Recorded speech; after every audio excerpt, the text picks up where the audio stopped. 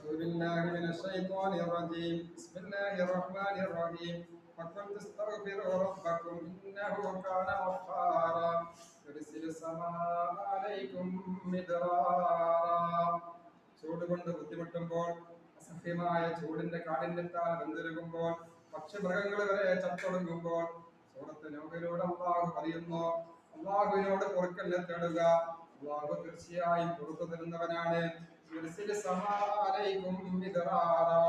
അധികരിച്ച് അള്ളാഹുവിനോട് പൊറുക്കലിനെ തേടിയാൽ ആകാശത്ത് നിന്ന് മഴ വർഷിപ്പിക്കുന്നവൻ അള്ളാഹുവാകുന്നു. അള്ളാഹു പുറത്തു തരുമെന്ന് അള്ളാഹു ഖുർആനിലൂടെ പറയുന്നു. വീണ്ടും അല്ലാഹു പറയുന്നു,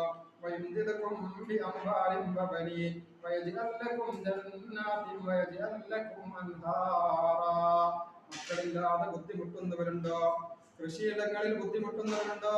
എന്ത് ബുദ്ധിമുട്ടിനും പരിഹാരമായിക്കൊണ്ട്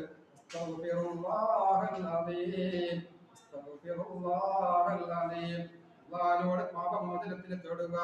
അള്ളാഹു നിങ്ങൾക്ക് വേണ്ട അനുഗ്രഹങ്ങൾ തരുമെന്ന് സൂറത്ത് നൂഹിലെ 10, 11, 12 ആയത്തുകളോട് അള്ളാഹു നമ്മെ പഠിപ്പിക്കുമ്പോൾ, ഇന്നിന്റെ കാലഘട്ടത്തിൽ ചൂട് അസഹ്യമായിരിക്കുമ്പോൾ അള്ളാഹുവിനോട് പൊറുക്കലിനെ തേടുക.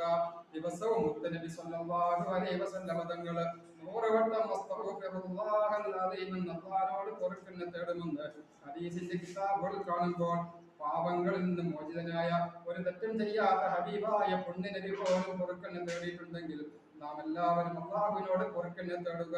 അള്ളാഹു ഒരുപാട് അനുഗ്രഹങ്ങൾ കൊണ്ട് അള്ളാഹു നമ്മെ പൊതിയുമെന്ന് സൂറത്ത് നൂഹിലൂടെ അള്ളാഹു പഠിപ്പിച്ചിട്ടുണ്ട്. മഴ തരാൻ, അതുപോലെ മക്കളെ തരാൻ, മക്കൾ നന്നാവാൻ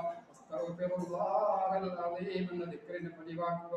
അള്ളാഹു തൗഫീഖ് നൽകട്ടെ. ആ ദിക്റിന്റെ പവർ കൊണ്ട് അനുഗ്രഹത്തിന്റെ മഴ അള്ളാഹു വർഷിപ്പിക്കട്ടെ. ആമീൻ ബിറഹ്മതിക യാ അർഹമർ റഹീമീൻ. അസ്സലാമു അലൈക്കും വറഹ്മത്തുള്ളാഹി.